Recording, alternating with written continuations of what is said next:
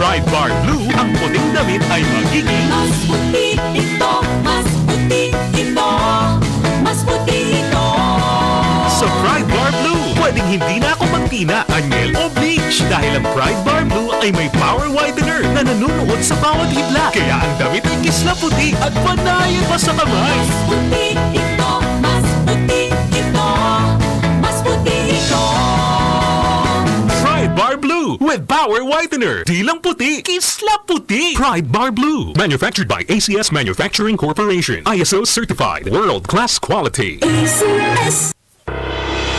2 prestigious awards in a row on May 2022. MX3 Natural Supplements bagged the Most Trusted Herbal Dietary Food Supplement Award by the Global Management Excellence Awards and its 6th Best Organic Dietary Food Supplement Brand Award given by the Best Brand Company, giving MX3 a platinum status at the Golden Globe Awards 2022 for business excellence. No other organic food supplement received such recognition as a potent antioxidant, available to Filipinos in the Philippines and the world.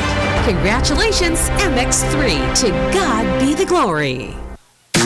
Boom, papaya, white rose papaya, yeah, yeah, yeah. Boom, puti ka in 7 days, oh yeah, yeah, yeah, yeah, yeah, yeah.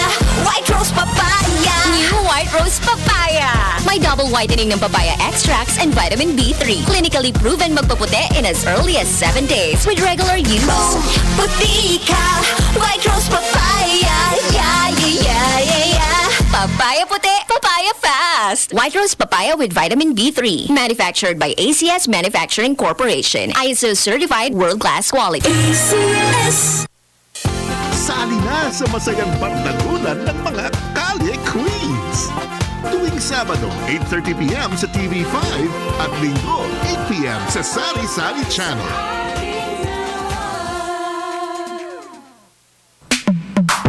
Sa panahon ngayon, kau ba'y sigurado? Kau ba'y protektado? Ang pamilya ay i-shield mo. Laban sa bakterya, I-shield mo. laban ng pati virus. I-shield mo. Shield Bat Soap. Patay ang 99.9% of bacteria and virus tested. Bilib ang mga eksperto sa Philippine Nurses Association. Sa sakit protektado, I-shield mo. pamilya'y protektado. I-shield mo. Shield Bat Soap. Manufactured by ACS Manufacturing Corporation. ISO certified world-class quality. ACS.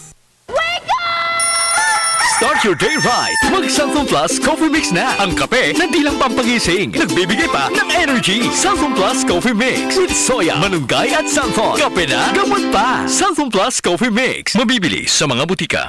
Para di madaling masira ang ngipin ng pamilya, ngayon pa lang. Unique toothpaste for brushing every after kumain. Dahil ang unique toothpaste, may Max Protect formula. Ngipin ay Max Alaga, Max Protektado pa. Helps stop cavities even before they start, while keeping breath fresh with regular use. Unique toothpaste for brushing para siguraduhin ngipin ay Max Alaga, Max Protektado pa. Unique Max Alaga, Max Protectado with unique toothpaste maximum fluoride protection. Manufactured by ACS Manufacturing. ISO certified world-class quality. ACS. Lumipas at magbago ang panahon. Iisa at nakatatak ang kauna-unahang himpilan sa paghahatid ng serbisyo publiko at balita. Ito ang Radio Mindanao Networks. 7 dekada sa paglilingkod sa masang Pilipino. Sa Metro Manila, ito ang DZXL 558 Radyo Trabaho, ang inyong gabay sa hanap buhay. Ang mga susunod na opinyon at komentaryo ng programang Sapagkat Mahal Kita ay sariling paninindigan at saloobin ng program anchor at hindi kumakatawan sa posisyon ng DZXL RMN Manila. Sapagkat Mahal Kita. Mahal Kita. Manila. Filipinos in America, kumusta na sila? Ano ang kanilang istorya? Yeah, naririnig kayo, Congresswoman dito sa New York area. Can you hear our audio? Naririnig ko po kayo. Tingin ng boses, pananaw, saloobin ng mga kababayan natin nasa ibang bansa sa iba't ibang issue sa kanilang pinakamamahal na bayang Pilipinas. Saan kukuha ng ikabubuhay ang mga mahihirap na ito? Sapagkat mahal kita. Kasama batikang radio broadcaster na si Don Lino Celle mula sa Amerika at co-host na si Lourdes Escaros. Maririnig ng live sa WRMN New York, USA at worldwide sa pamamagitan ng Facebook at sa YouTube. RMN News Nationwide, the sound of the nation. Sapagkat mahal kita. Sapagkat mahal kita. Tuwing linggo, alas 10 hanggang alas 11 ng umaga. Dito sa Himpilang Extra Large sa komentaryo DZXL 558. I'm coming home to stay. Iniwanan na ibang pinuntahan. Parang babaeng ang hirap talagang malimutan. Tingin ng boses, pananaw, saloobin ng mga kababayan natin nasa ibang bansa sapagkat mahal kita. Ikaw lamang. Kumusta ho kayo mga kasama Luzon, Visayas at Mindanao ngayong araw ho ng linggo at alas 10 sa isa-is na ho ng umaga. Samahan niyo ho kami hanggang mamayang alas 11 ng umaga sa inyong paboritong programa every Sunday. Mahal kita. Samahan niyo ho ako hanggang 11 in the morning. Ako si Radyo Lourdes Escaros mula sa Pilipinas. Manila, I'm coming home. Saloobin ng mga kababayan natin nasa ibang bansa sapagkat mahal kita. Daming mga balita mula sa panibagong kaso ng pagpatay sa mamamahayag. Ito na naman, may issue na tinangkang hostage. Etong si Senadora Laila de Lima. Antabay lamang sa mga detalye ng balitang yan.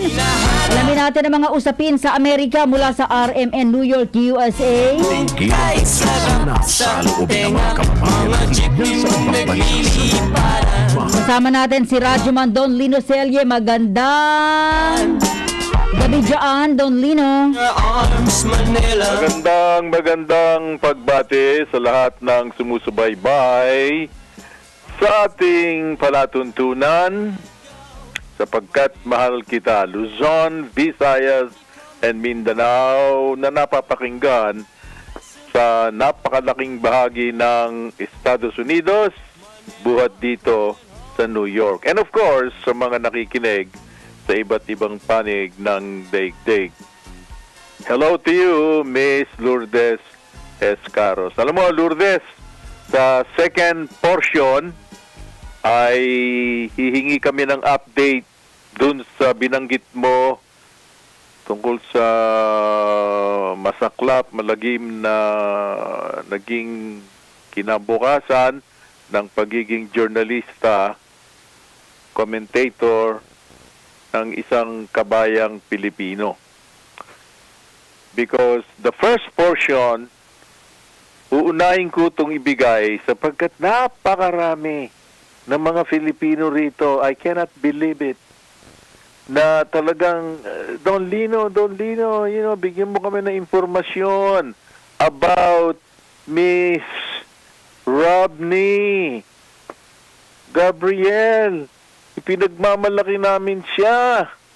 Ang kauna-unahang naging Miss USA. My goodness nga naman. At siya ang magre-represent sa Estados Unidos ng Amerika sa Miss Universe next year sa Enero. So, ang backgrounder dito, Lourdes, si Rodney ay laking Amerika. Subalit ang kanyang tatay ay 85 years old na tumungo rito sa Amerika na ang bitbit ay $20 upang mag-aral to seek education at nakilala yung native ng Baltimore na kanyang nanay. So, it's a cross-pollination Filipino and American white. Kaya siya talagang matatas ng mag-Ingles. Subalit napakagalang niya at minamahal niya ang kulturang Filipino.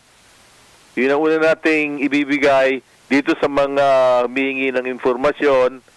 Bago natin ibibigay yung mas maikli na portion doon sa mga mensahe ni Miss USA na Pinay Rodney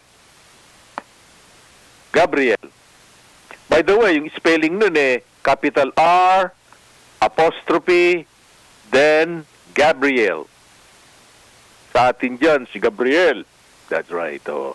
Pero, Rodney is the right pronunciation. That's right.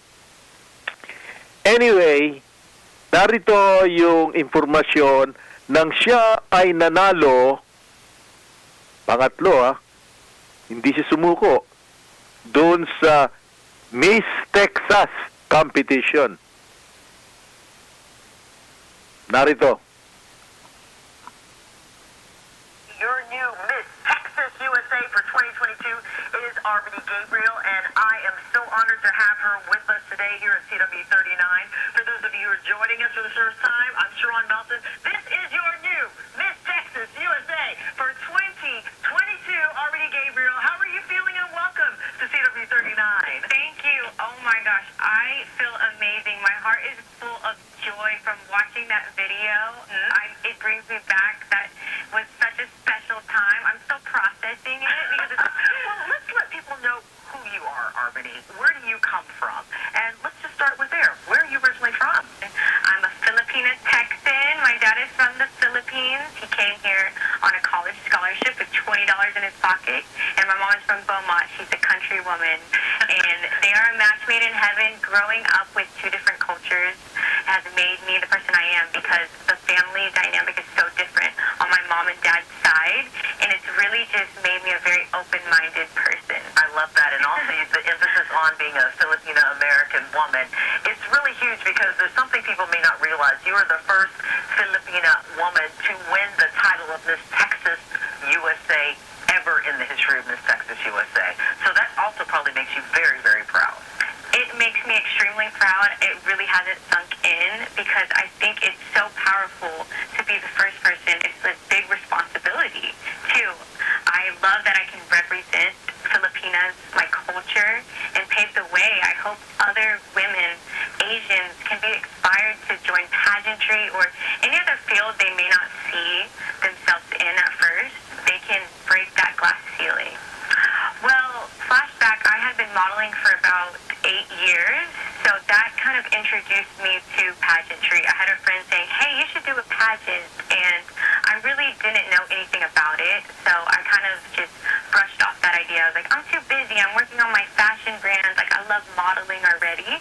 But then I started researching beauty queens more, and I realized, they're beautiful, they carry themselves well, they can speak well, and most importantly, they advocate for what they care about. And so that really turned me on because it's like a perfect blend of modeling, but being able to speak about your passion. And for me, I'm a model, but I can be able to speak about my fashion brand and how I want to make an impact. And that is to be able to show people that fashion, it can be sustainable, it can be eco-friendly. As a designer, I use recycled fabrics. And I think that's a message I really wanted to be able to communicate, and pageantry has really helped me clearly communicate that. So how did you actually get started in pageantry to help you with the hair, the makeup, interviewing, things of that nature?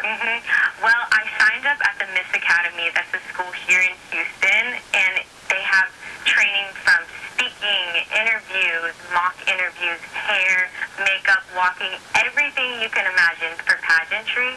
And that was really my foundation in building blocks. I feel like I have transformed there. I have so much love for the Miss Academy. Okay, so after all that preparation, you ended up competing in how many pageants total before you became Miss Texas USA? This is something I think people need to know about. Yes, so I competed in 3 pageants. My first one was Miss Kima, and How'd you play? I placed first runner-up. And then I went on to compete in Miss Houston. That was a little bit bigger. It was a bigger challenge, and I placed first runner-up again. I said, okay, I'm going to Miss Texas. This is all within the same year. And I placed first runner-up. And I thought, oh my gosh, I thought that I had aged out, actually. It was so close. Honestly, I wasn't sure if I wanted to compete again. I was kind of feeling sad or low. Like, when you compete, you put everything aside to compete in life. It's such a commitment. I don't think people understand all the hard work. I mean, I gave up my social life and time I spent putting into my brand. But when it came down to it, I said, if I don't go for it, I will always have that question, what if? And I think that would just eat me alive for the rest of my life. You just have to go for it. I mean, you miss all the chances you don't take. It's true. And so, I mean, I'm sitting here now. I'm so glad that I made that decision. The majority of the clothes that you wore, you made because you are a fashion designer. Okay, so pageants, we go all out, and to me, that's the opportunity to be extremely over the top and glamorous. So I said, I want to make as many outfits as possible in the time frame that I had. So I made my interview outfit, and I tied in my Filipina culture, and I used a turtle sleeve. It's what we call a turtle sleeve, which is kind of a powerful shape on the sleeve in my interview because I just wanted to represent my roots. And then for my opening number, which is a dress you come out for the first time on stage, that I took an old coat from the nonprofit design house I work at, Magpies and Peacocks. Love y'all. They had a red coat because we needed red for our dress, and I ripped it apart and I made it into a fabulous little cocktail dress for stage. And what's important about that is I am a sustainable fashion designer, so I'm always looking for ways to reuse pieces. So the old coat, I transformed it, and I wanted to show people on stage that you can make amazing fashion from something that you might think is an old, outdated piece. Yes, so the fashion industry is it's the second largest polluting industry in the world, and that's just when a garment is made, there's so much extra fabric that is just thrown away, and it's very, very wasteful. So as a young designer, I just feel like it's my mission and it's my responsibility to push fashion into a more environmentally friendly atmosphere. So that's why I go to thrift stores and I'll rip up pieces and make them into fabulous dresses. People in the community will donate their fabric instead of throwing it away. And with that fabric, we use it to make collections and sell because sustainability is at the forefront of our mission at Magpies and Peacocks, and it's also my mission as well. And you also have another mission when it comes to helping individuals in the community. Yes, so at this nonprofit organization, we have a program where we teach the women sewing classes. It's a 5-week program, and these are women that have survived from domestic violence, human trafficking, or just underserved communities.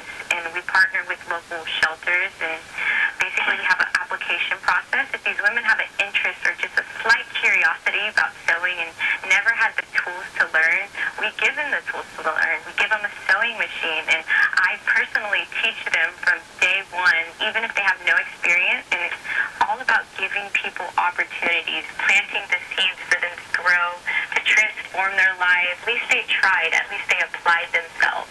What is one thing you haven't had a chance to do that you would love to do right now? Oh, I'm sorry, but I immediately go to food. I really do. I have dieted so hard for the last 8 months. I've ate the same thing every day just to meal prep and keep it simple because I'm so busy.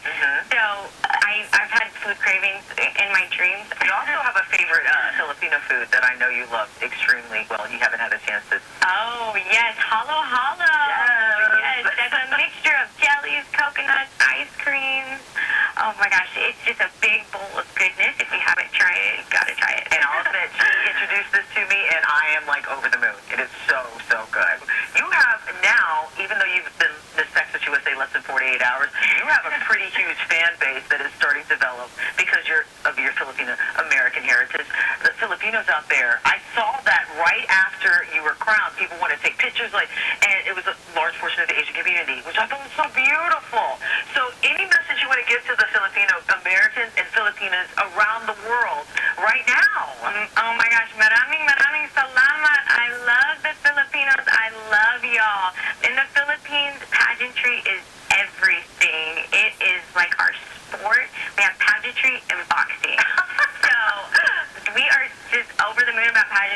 and I'm so excited about how everybody is just so hyped. I feel the love. So maraming salamat for that. Thank you so much. If you could describe yourself in 3 words, yes, I'm asking you to do that. How would you describe yourself, Arbany? I would say I'm very hardworking. I think that's the Filipina in me. I'm adventurous. I love to try new things, travel, and I'm actually really goofy. I'm kind of clumsy. I have a story. I fell off my longboard at chin plane at the ground. The longboard fell into the sewer, and I actually had to get the sewer out of the longboard. You had to get the longboard out of the sewer. Listen, Arbany Gabriel, Miss Texas USA 2022. Thank you so much for being with us here at CW39. We wish you all the best in your journey. You represent not only the Houston area, but also all of Texas so beautifully. And we can't wait to see you on the Miss USA stage. And for those of you who don't know, whoever wins USA goes on to Miss Universe. So we're keeping you in our hearts and our prayers. And go Texas, go! Yes, go Texas. Thank you so much for having me on here, Sharon. It's my pleasure. I like this. Pinay American, my goodness. Now, this is the portion nang siya ay nanalo bilang Miss Texas USA as Miss USA 2022 na magkukumpit sa Miss Universe 2023. Here it is. The pageant was held earlier this week in Reno, Nevada. With the win, Arbany will represent the U.S. in the 71st Miss Universe pageant happening in New Orleans, Louisiana in January. And Arbany joins us now all the way from Los Angeles. Hi, Arbany. Thank you so much for joining us. And well, congratulations to you. It's only been a few days. I mean, how has it been so far? Oh my gosh, hello, mabuhay in Philippines. How are you? It has been so amazing. I just got to LA yesterday, and it's already very jam-packed and a lot of fun.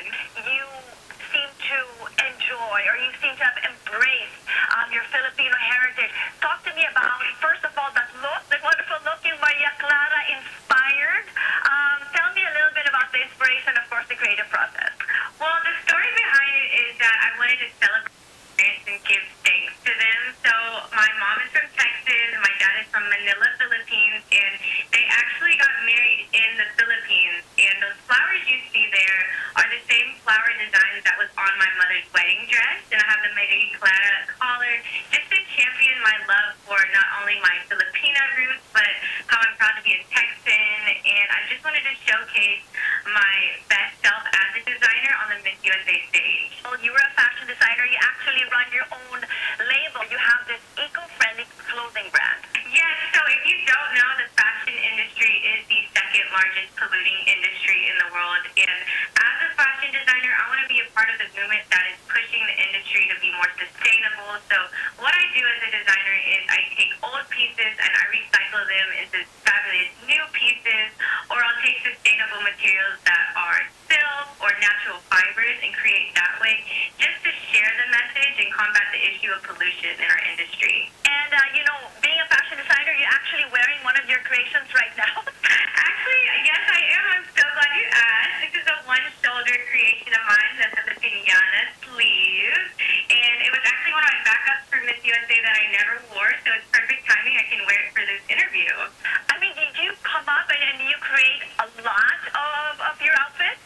Yes, I create as much as possible. I spend time in the studio almost every day. I live in my studio. I live, eat, and breathe designing. So as I'm training for Miss Universe too, I'm going to be designing some of my pieces. I'm very excited for y'all to see what I have to create. Build that confidence and go after your goals or something that you're curious about. In Texas and all across the USA now, I'm going to be visiting schools where I teach the youth how to sew, because I want to open up opportunities for people to learn something new and just find their passion like I found mine. Well, Arbany, the Philippines is truly beauty pageant crazy. What are your favorite or most favorite moments during the competition? Well, looking back at it, I loved how I was able to actually spend some time with the girls. We competed for, I think, about a week, a little bit over a week, and we had different activities that we did. One of my favorites was best that Miss USA partners with, and we got to go bowling with the best buddies and just have fun and really dance around. I love that, and one of my favorite parts is obviously being able to build concepts and ideas of different looks and fashion elements to be glamorous and fun during Miss USA. Well, a little bit about your background as well, you know, being a Filipino, a Phil-American, your mom is an American. What was it like growing up? Were you able to come to the Philippines? Was your dad able to cook for you? I mean, what was that like for you? Okay, I wish my dad cooked a little bit more, but luckily my mom adopted some recipes. I grew up on chicken adobo, ensamada, salmon sinigang, and luckily I was able to visit the Philippines growing up numerous times. I spent a lot of time in Manila. I've been to El Nido. I want to explore more of the Philippines. It is so beautiful, and I'm really looking forward to going back in December with Smile Train with the Miss USA organization. We plan on going there. Smile Train is a class-based organization, and we'll be doing work there by the end of the year. Ada Arbany, your advice, firing beauty queens out there for other Phil-Ams or Filipinos? Yes, my advice is really tap into what makes you special and what makes you unique and fully embrace that. As the first Filipina American Miss USA, I embrace that wholeheartedly, and that I think is what makes me strong. So I would encourage girls to really look into what makes them unique and what makes special and not compare themselves to anybody else. And I'm somebody who's reached the first runner-up 3 times in a row before I finally won Miss Texas USA. And never let rejection make you give up. I think rejection just offers you ways to analyze and ways that you can get better. So never give up, keep going, and embrace what makes you special. Salamat sa iyo. Congratulations once again. Thank you so much for joining us.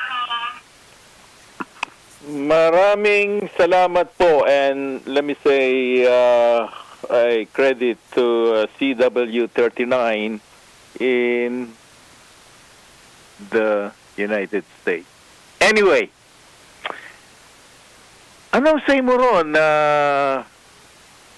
bago tayo pumunta sa mga hard news and commentaries, Lourdes, I mean, you're proud that this is a first time na nagkaroon tayo ng Miss USA at siyang lalaban at magre-represent sa Amerika, sa buong mundo, sa Miss Universe.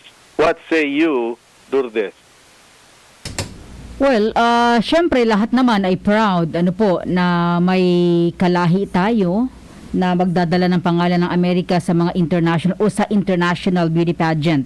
At kami po ay natutuwa at nagagalak at very proud na may kababayan tayong tinitingala sa larangan ng pagandahan diyan sa Amerika. At ang nagugustuhan ko rito kay Arbany, siya ay masipag na model. At meron siyang non-profit organization na kumpanya na tumutulong yung kanyang kumpanya sa mga nagiging biktima ng mga krimen doon sa bahagi ng Texas. At masipag siya at narinig nyo, sinasabi niya na hindi siya nag-give up nung siya ay 3 beses na inireject. Pero first runner-up siya sa Miss Texas. And nung lumusot na siya ron, then that was the time na nagkaroon siya ng pagkakataon na lumaban as Miss USA at nanalo. And we wish her na siya ang manalo ng Miss Universe 2023. Well, sa kabila ng mga kaganapan dyan sa bansang Pilipinas, pagtaas ng mga bilihin sa gasolina, like what I predicted, if you recall, tataas sa Martes. At may kasunod pa. Kailan ba hihinto yan? Isa sa dahilan kung bakit Tataka yung mga nagtatanong sa akin dito, I wouldn't name them anymore dahil nadidisappoint sila. You know, ang sagot po, ang Amerika ay nag-cut down ng 2 milyon buwan-buwan na production ng langis. At kayo dyan sa Asia ang unang tatamaan. Kaya isipin nyo na lang, ang inflation nyo ay biglang mas lalong tataas sapagkat umpisa niyan ay sa isang buwan na, Nobyembre. Hear this.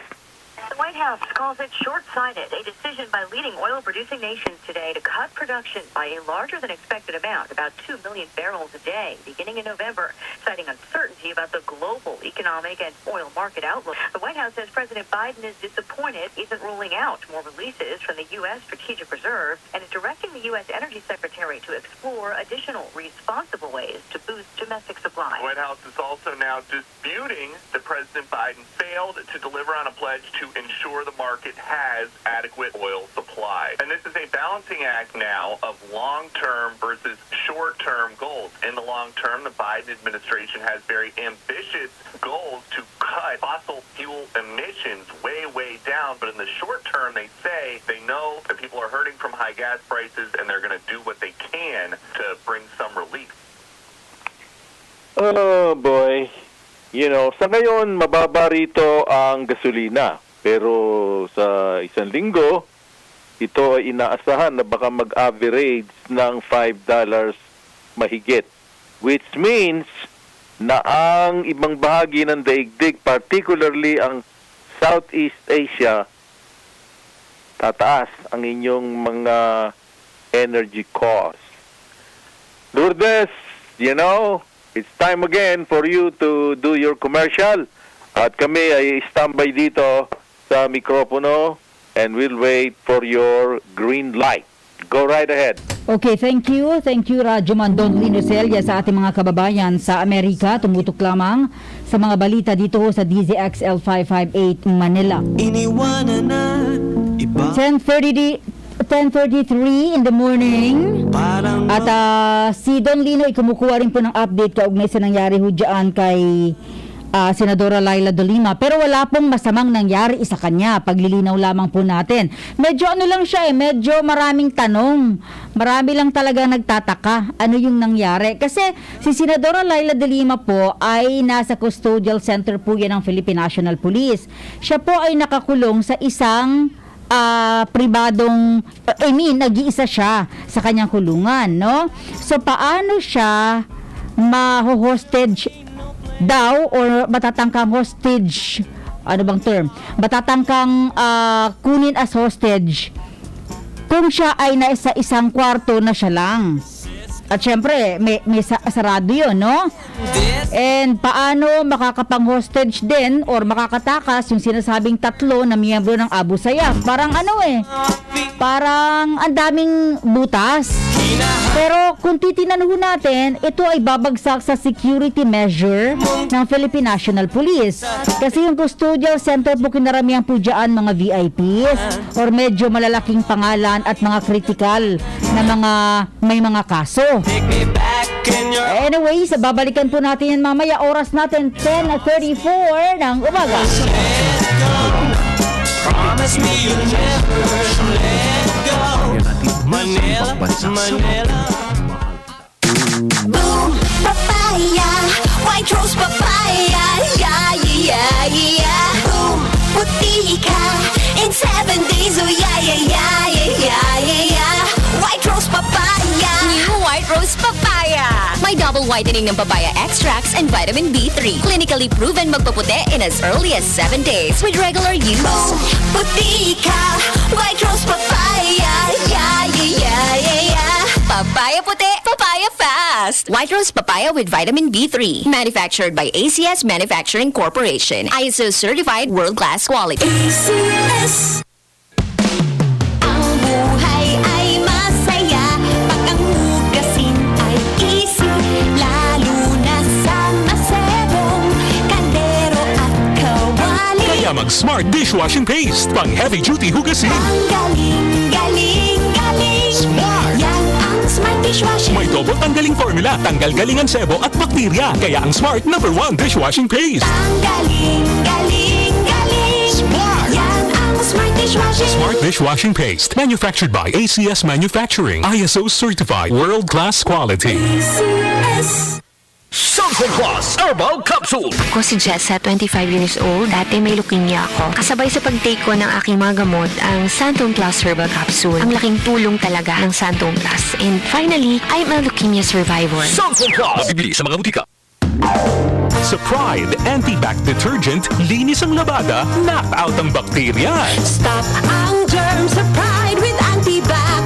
Linis ang labada, knockout ang bakterya. Ang Pride Anti-Bac ay may germ knockout action. Kills 99.9% of germs sa damit ng pamilya. Stop ang germs sa Pride with Antibac.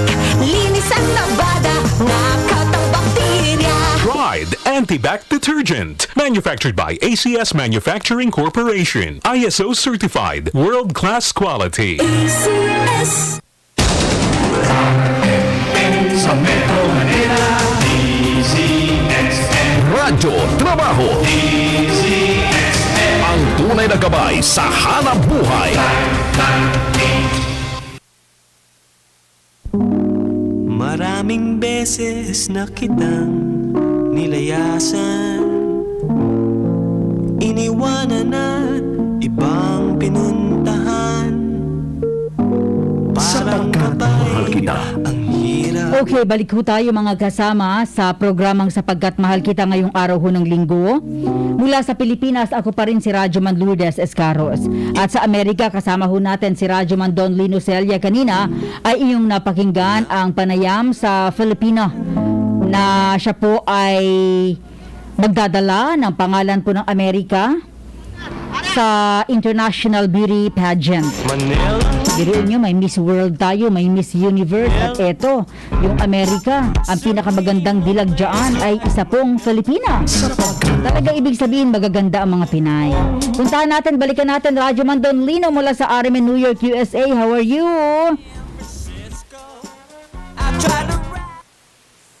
Don Lino? Wala. Hello? Narinig mo ba ako? Ayun na, okay, Don Lino. I said, yes, Filipinas are beautiful, you know?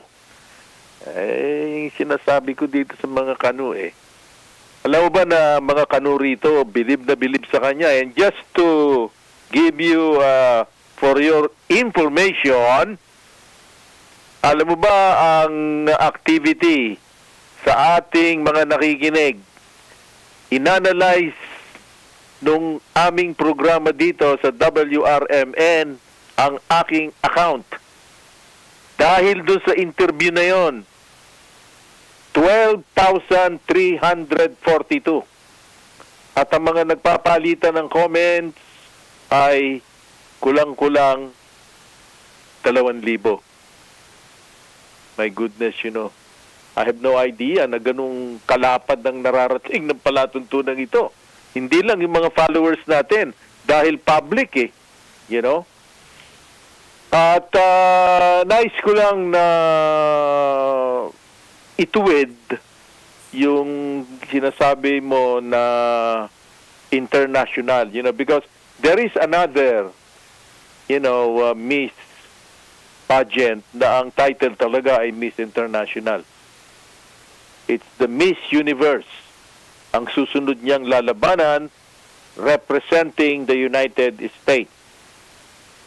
Eh, sabi ko nga, sa sapin-sapin na pangyayari dyan, bakit ngayon nadagdagan pa na itong si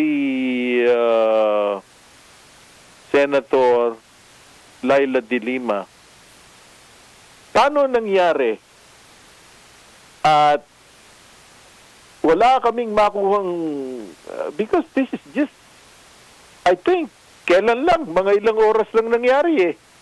Naghahabulan pa yata eh. You know, ano nangyari kay Laila de Lima dyan sa Philippine National Police Custodial Center, Lourdes? Wala pa, Don Lino, actually talagang blanco pa rin. Wala pang official na inilalabas na pahayag ang Philippine National Police. Ang dumating pa lamang po sa amin ay etong si Senadora Laila de Lima sabi ay tinangka siyang i-hostage sa loob ng PNP custodial facility diyan po sa Krame. Bagamat siya ay safe. Tulad mo rin, no? Tulad din ng ating mga kababayan, hindi namin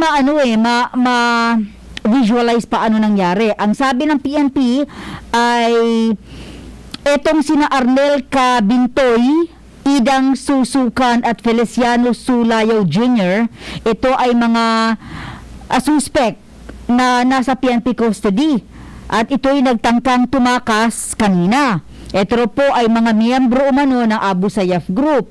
Nung sila po ay patakas, ay may sinaksak silang pulis na duty. At syempre, nung nasaksak itong pulis, nagkaroon ng komosyon at nakahingi ng tulong itong pulis sa iba pang mga otoridad. At rumisponde at doon nga ay nagkaroon ng putukan na patay itong tatlong mga suspect. Ito namang si Sulayaw, itong unang napatay, Don Lino, itong si Kabintot at si Susukan. Ulitin ko lang, si Kabintot at Susukan, ito yung unang tinamaan daw ng bala. Itong isa, yung si Sulayaw, sabi rin ng PNP ay tinangkang i-hostage itong si Senadora de Lima. At sabi ng pulis, sinubukan daw nila makipag-negotiate kay Sulayaw pero hindi raw po ito nakipag-negotiate. At doon ay na-neutralize nila, ibig sabihin ay pinatay na lamang nila. So far, ayan lamang po ang binabanggit pa ng Philippine National Police. So, sinasabi ko nga po sa inyo, nakikita naman ho natin, hindi ho, may sarili pong kulungan si Senadora Laila. At siya po ay hindi basta-basta, kahit nga mga kaanak niya, di ba, hindi basta-basta nakakapasok or nakakausap siya. So, yun din yung punto namin, paano siya malalapitan, paano siya matatangkang ma-hostage kung siya ay nasa isang pribadong kulungan. And paano rin makakalabas or saan galing yung patalim nitong Abu Sayyaf kung sila ay nasa loob ng PNP custodial at yan ay mayroong mga security. So medyo, madilim pa, Don Lino. So far, yun lang yung ibinigay na impormasyon ng PNP sa amin. Yeah, medyo inconsistent yung mga pangyayari at medyo sa pagkakaintindi ko dyan sa mga law enforcement, nasa high profile na kulungan yung kanilang bihag. In this case, ay isang senadora. Yan, merong laging nakatutok na isa o dalawang, mga kapulisan. Chine-check yan. At yung sinasabi mo ay tama. Saan kumuha ng patalim yung mga hudas na yon? Pardon my, At paano nakipag-negotiate? Ano yon? Sinakal? Hinila yung leg dun sa loob ng... Alam nga namang hindi makakapula si Senator de Lima. So, parang meron itong this is only my imagination running wild, That's right. Parang vaudeville. May drama Hindi ka papaniwala yung mga dumarating sa media. Hindi natin alam kung yon ay mga kwentong kutsero na sinasabi nung mga ibang mga nandudun sa PNP Custodial Center na yan. I have no idea. Pero malaking ano yan, skandalo yan. Kakalat yan sa buong daigdig. Kasi senadora yan eh. You know, at kahit na pro-government siya o against the Marcos regime, it doesn't matter. Magiging issue yan. Lalo na kung meron tayong kasunod na maririnig na may nangyari pala. Wag naman sana kay Senator De Lima. She's not a perfect woman. I know that. You know. Pero, nakakulong na siya eh. Hindi pa ba sapat yun? Eh, kung meron silang ipadadala para tudasin yon, si De Lima, I think the direction really ng Pilipinas is going wayward as far as I'm concerned. That's my opinion. Alam mo, nung araw, wag niyong iisipin na ako ay nag-i-imply.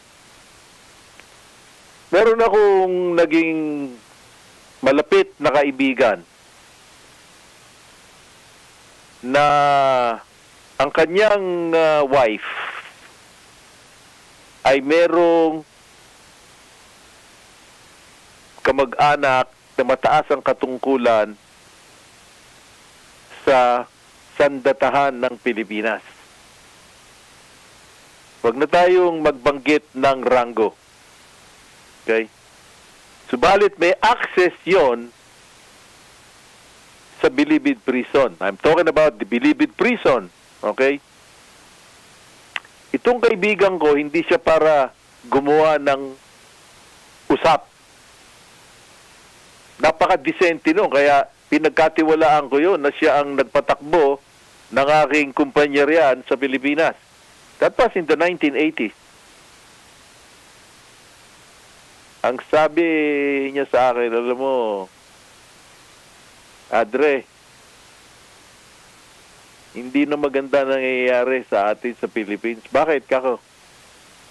Sabi, nalaman ko yung palang mga lumalabas na pumapatay ng mga kung sino-sino dun sa Pilipinas, lalo na kung mga politiko, mga bibirahin, diyan galing sa Bilibid Prison. Pinalalabas nila. Nakasakay sa motorsiklo. Pagtira noon, balik uli sa kulungan. Dahil kapag hindi sila bumalik, totodasin na sila. Alam kung saan sila hanapin. Sabi ko, my God, is that real? That's the way it is. Hindi magsisinungaling yung aking in-law na mataas ang katungkulan. Ngayon, hindi na ako nagkaroon ng information about that. Pero may pangalawa na an American dito na kaibigan ko sa law enforcement na sinabi sa akin din. Dahil tinanong ko, sabi, yeah, that happens. It's time na ang criminal system sa Pilipinas ay maisaayos nitong si BBM Junior, ang Pangulo nyo. Dahil hindi na nagiging maganda ang mga sinasabi ng mga Pilipino outside of the Philippines. Akala nyo lang yun doon sa mga nababasa nyo. Mabuti na lang may mga balitang ganito na, hey, Miss USA. Yeah, pero sa totoo lang, sobra na ang hinagpis ng maraming Filipino. Yung iba natatakot ng umuwi riyan Pero nagsabi sa akin dito na bantulot siyang umuwi dahil hindi siya naniniwala na tahimik ang mga kalyehon sa Metro Manila. So, saan yung sinasabi na wala nang nagdudurog ng kung ano, pinagbabawal na gamot? Nagkalat daw eh.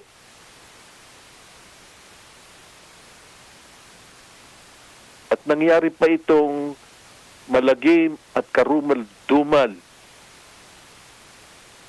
na ginawa ng mga demonyong yan, kung sino man sila, na ipinapatay. I will use the word ipinapatay ang isang journalista, isang commentator. Dapat dyan ang sugsugin dyan yung mastermind. Sapagkat again, dito pinag-uusapan yan coast to coast sa buong Amerika. My goodness! Sa social media. At hindi yun magiging fair kapag hindi nila nalutas kagad yan kay President Marcos Jr. Why? Bagamat maganda yung mga sinasabi niya, yung latest na kanyang commentary about the Marcoses, yung mga nauuna ng mga kanyang mga birada, lalo na nung eleksyon, panay na bira sa martial law, kay Marcos Sr., kay Bongbong Marcos, yung mga mag-iisip. At meron na ako naririnig. Alam namin kung sino nagpapatay dyan. I think that's unfair. Meron nga ako sinabihan doon sa isang, huwag natin bagitin yung tindahan na yon. Sabi ko, I think you should be careful of speculating. That is unfair. Don't create any controversy here. Wala kayong pinanghahawakan. At saka I don't think BBM nananalaytay sa kanyang dugo ang magpapatay ng tao dahil lamang doon sa tatay niya na maraming pinatay nung martial law, hindi si Marcos. Yung mga galamay na mga Metrocom. So malalim ito. Kailangan malutas yan, and I think the President should go on air again na magsalita siya. Bagamat hindi ko alam kung siya ay humarap, pumunta rin sa burol, o hindi dapat siya pumunta sa burol. Kailangan magsalita siya sa buong Pilipinas because you're dealing with the fourth state, ang ika-4 na estado ng Pilipinas. Ilan na ang natodas sa administration ni Bongbong Marcos? So far, 2. Yun ang aking intel na nakukuha rito. Isa sa Kabisayaan, isa riyan sa National Capital Region. At itong si Mr. Lapid, it is not also fair kung mag-speculate ang mga tao na sino ang mastermind. Isa sa kanyang, yung pinakahuling-huli na kanyang komentaryo, ang binira ng binira ay si Senator Ponce Enrile. Talagang bugbog sarado narinig ko. Hindi ako nagko-comment. Sabi ko doon sa aking mga kaibigan, is that really how he does his commentary? Mabigat. Kung totoo man yun o hindi, yung mag-iisip yung iba, baka naman nagalit si Capon, si Enrile, gano'n. No, do not. Do not. Bagamat ako naniniwala na yan may sponsor. Inilagay ko nga sa Twitter at napakaraming reaction and na mga bumabasa, inilagay ko ron. A cowardly sponsored assassination. Nangangahulugan na may sponsor. May nag-utos doon sa mga nakamotorsiklong yon. Hindi yung basta-basta, meron, nagalit o yung ganon. Isa ko pang tanong, at ikaw ang tatanungin ko, totoo ba yung sinasabi na wala pang 8 metro ang layo doon sa gate kung saan humandusay na lang yung kotse ron at nakabunggo pa doon sa harap? Nasa saan yung mga gwardya? At thoroughfare yan, ha? Hindi yan yung parang EDSA na sige. Ito, parang nagpuprosesyon yung mga sasakyan. Nandun na iipit yung sasakyan ni Mr. Lapid. Bagamat may mga CCTV kung paano, pero ang tanong dito, baka naman, again, naglalaro ang aking imagination, although doon sa sinabi kong sponsor dyan, baka biglang mawala na lang yung dalawang yun. Kung sino yun? Kasi magiging parang si Daser, kung natatandaan mo, hindi na nakita. I mean, if that's not scaring to other Filipinos outside of the Philippines and inside the Philippines, I don't know what. Balikan ko yung tanong ko sa iyo. Totoo ba yon? Yung mga kumakalat dito na wala man lamang sumaklolo dahil baka buhay pa. At totoo bang sa sentido tinamaan o sa katawan, Miss Lourdes Escaros? Ang sinasabi ho ng PNP ay yes, sa sentido na ito ay fatal talaga. And yung sinasabi niyo ho na ito ay malapit lamang sa gate ng kanyang subdivision, yes. Pero hindi natin ma-verify, Don Lino, kung talagang walang tumulong.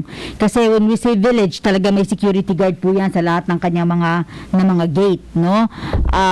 Ang nababanggit lamang ay malapit na siya, papasok na siya sa gate ng kanilang subdivision. And fatal ang tama niya, talagang marunong yung pumatay sa talagang marunong yung binayaran para patayin siya, but hindi natin ma-confirm kung talagang hindi tumulong or natakot yung mga security guard ng subdivision. I'm sure na yan lahat kinakausap na ng NBI, ng kapulisan. Magtulong-tulong sila dahil I already made a commentary about that will create controversy at magiging unfair doon sa mga inaatake. Dahil yun ang mga mapagbibintangan na nag-sponsor ng pagkaka-assassinate dyan kay Mr. Lapid. Napakalungkot na pangyayari. Anyway, Lourdes, you'll have more time para magdagdag ka pa ng sa mga bilihin. Paano na ang balita dito mas lalong tumataas at tataas pa lalo sa Nobyembre ang mga bilihin sa inyo, gawa ng tataas ang magiging epekto ng pagbabawas ng 2 milyong barrel of oil sa international market. Miss Lourdes Escaros, go right ahead. Medyo tumaas na yung presyo ho ng mga pang Noche Buena. Ibig sabihin, yung mga gustong magluto ng salad o gumawa ng salad, magluto ng spaghetti, tumaas na po yung mga pang Noche Buena. And expected naman ho yan dahil ilang tulog na lang ay Pasko na. And ang isa pa rin po sa ating dapat abangan ay napakataas po ng pagtaas ng presyo ng mga petroleum products this coming Tuesday. So nasa 6 pesos po yung itataas ng mga produktong petrolyo, kaya mas maaga po na pumila na lang kayo nang hindi ho ninyo maabutan yung napakataas na dagdag sa halaga ho ng mga produktong petrolyo. Sabi nga natin, kapag iyan ay nag-rollback 50 piso. Pero kapag yan naman ay nag-increase, abay napakataas, 5 pesos, 6 pesos. So yan yung update, Don Lino, sa Martes. Asahan na may taas na naman at dagdag na presyo yung mga petroleum products dito sa Pilipinas. Ay, nako, Miss Lourdes Escaros, umasa na lang tayo na mababago ang takbo ng mga, pangyayari dyan sa Pilipinas. Here in America, we're okay. Hindi kami magpapabaya dyan sa inyo.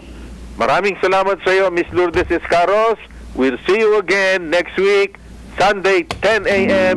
sa airwaves ng RMN DZXL Radio Mindanao Network Philippines from here sa WRMN New York. Back to you. Thank you, Radyo Mandon Lino Celle, sa mga nakikinig sa atin sa iba't ibang panig ng mundo.